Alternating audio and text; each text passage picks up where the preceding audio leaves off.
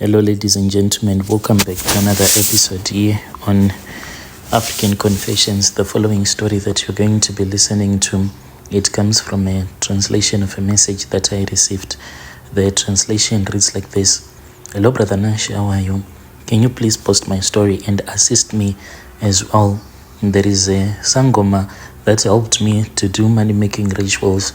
I am enjoying life here in South Africa, but what hurts me is that I was told by the Sangoma that the moment that I'm going to assist any of my relatives with the money that I got, that is the time that I'll start to run mad.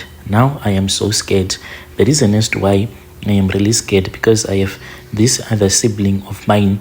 She is now friend with one of my late wife's sister. So I am scared, since I was told that in order for my wife's spirit not to come and trouble me, I need to keep on helping out her relatives, so that wherever she is, her spirit will say, aha, but at least he is helping my relatives. So I won't be giving her any reasons to come and to attack me, because I killed my own wife, but I was not yet legally married to her, but we were just staying with each other.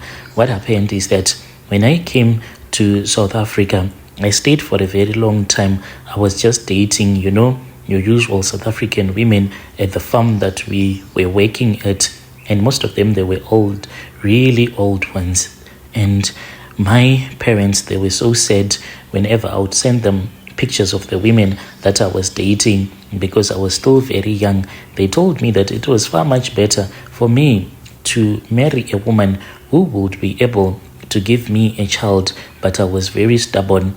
Until the time when I returned back home, it was sort of like a shock to me. When I returned home, I then found out that most of the guys that I knew, they were already having kids and they had managed to build houses. Some of them, they even had cars, small businesses. But as for me, I just went back home wearing your original clothes, because that is what was keeping me safe, looking like a South African by wearing your original clothes and everything. So by the time that I went back home, those clothes that I had, as expensive as they were, they did not mean anything at all. I tell you, they did not mean anything.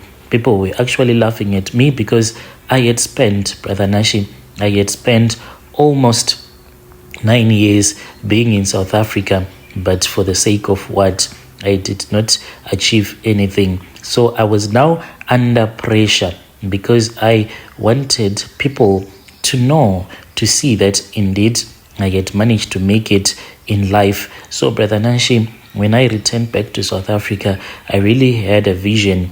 I wanted to be someone in life, and then I started to visit different traditional healers. It then happened that I visited a traditional healer who was from Mozambique, but the man lied to me, and he told me that he was from South Africa, from KwaZulu-Natal, yet he was someone who had been in the country for a very long time.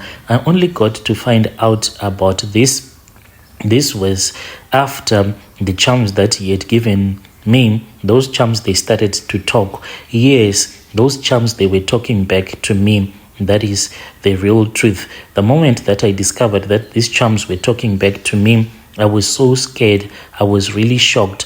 What happened, Brother Nashi, is that this man, he had given me some roots that he said that I was supposed to place inside my wallet and walk around with at all the times. I told him that sometimes it will be very dangerous, because at the location where I was staying, it was very dangerous to walk around, to move around with a huge wallet, because the Nyaupe boys will think that you have a lot of money. But he insisted, and he said that this was the only way that I could actually make money. And then there was this other time, it was month end, I was in love with this other girl. So she told me that I can come to the location. So I did not want to go there with the wallet.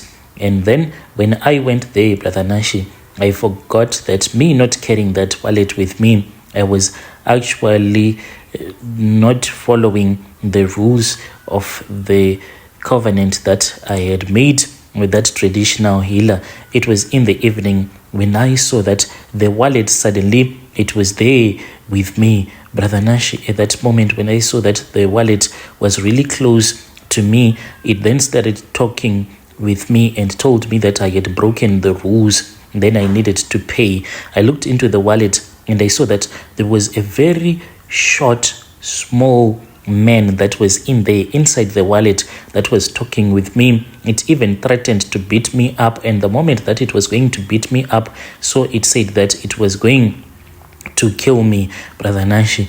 I begged it, and it said that I was supposed to look for a wife for it so that it cannot attack me. I then promised it that I was going to look for a wife. That was when I went on Facebook. When I went on Facebook, I specifically looked for women from my own country, which is Zim, and I met this other woman. She was as desperate at that time. She just wanted a man who was working in South Africa. So when I told her that I was in South Africa looking for a wife, she was happy. She introduced me to her relatives, and within a very short period of time, I was discussing with her, telling her that I wanted her to come to South Africa to make her to become my wife. She came, she was excited, but then she then came here when she was 5 months pregnant. That was when the time that I sacrificed her. I still remember the night that she passed away.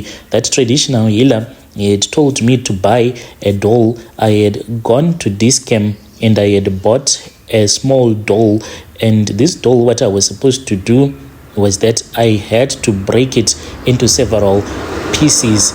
So this was me killing off the baby that was growing inside her womb. Yes, that was the cruel thing that I did. I bought a hacksaw blade. When she was fast asleep, I then started cutting and cutting and cutting. And the moment that I was cutting, there was even blood that was coming out of that Barbie doll that I had bought. And my wife, she then started complaining after the deed was done. And when I had gone outside and burned that Barbie doll, when I returned, I saw that she was holding her stomach, saying that it was really painful. She told me that I was supposed to call the ambulance. I delayed, for this was the plan. She had to die. I kept on telling her that if I called the ambulance, she was going to get arrested since she did not have any passport. She was scared.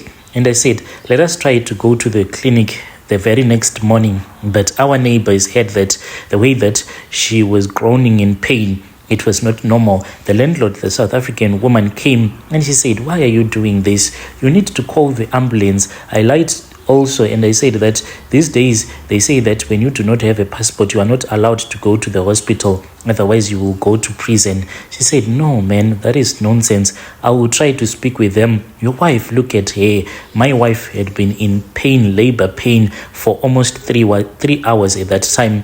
The landlord then went and spoke with another man from the community, and this man, he was working as a paramedic, and then he came and he looked at my wife. I saw the man shaking his head, and I knew that I had done it. I was happy in my heart. He spoke with some of his friends who were on the shift on that night.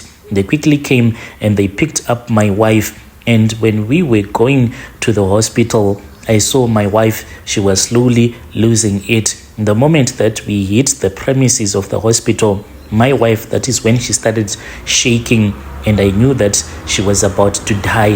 I texted that Sangoma and told him that the deal was done from my side. I had managed to sacrifice my wife. And the next morning, he came to the hospital. We were just talking, pretending as if he was feeling sorry for me, but there were some charms that we were supposed to leave on the bed that they made her to sleep on the moment that she was dying, because he said that this was very important so that her spirit will never follow me. From there on, before I could even start processing the things of her being taken to the mortuary, I first went with the Sangoma to his place, and then he made me to perform some rituals in which my wife's spirit came. She was crying and she was like, John, what did I do to you? Not his real name. What is it that I have done wrong to you? Look at the way that you have killed me. I was carrying your baby. You can be so cruel, so much that you can kill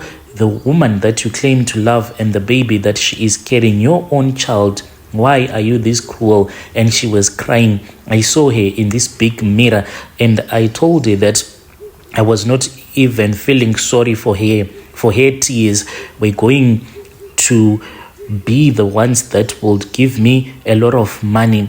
And then she got angry. That was when I was told that I had to take care of her relatives like forever. The more that I take care of her relatives, then I will never see a spirit again. But I am banned. I am not allowed to take care of my own relatives, in which I stopped doing. As for my mother right now, she is someone who suffers from high blood pressure. Constantly, she has to drink her medication, and I do not help her in any way. I have my own brother who is suffering again. He is working in this garden service company. He get paid peanuts, and I cannot assist him even though I am rich as I am right now. Currently, I am thinking of getting another woman, to tell you the truth, because that small Tokoloshi, it has been growing up. It needs another woman. Now I need citizenship. I am thinking of marrying a South African woman. After I would have used her, then she will be no use to me. Then I can move on with my life. Dear listeners, right there was a message that was sent to me by one of our brother. You are very heartless, my brother. But let us try to speak with him in the comment section.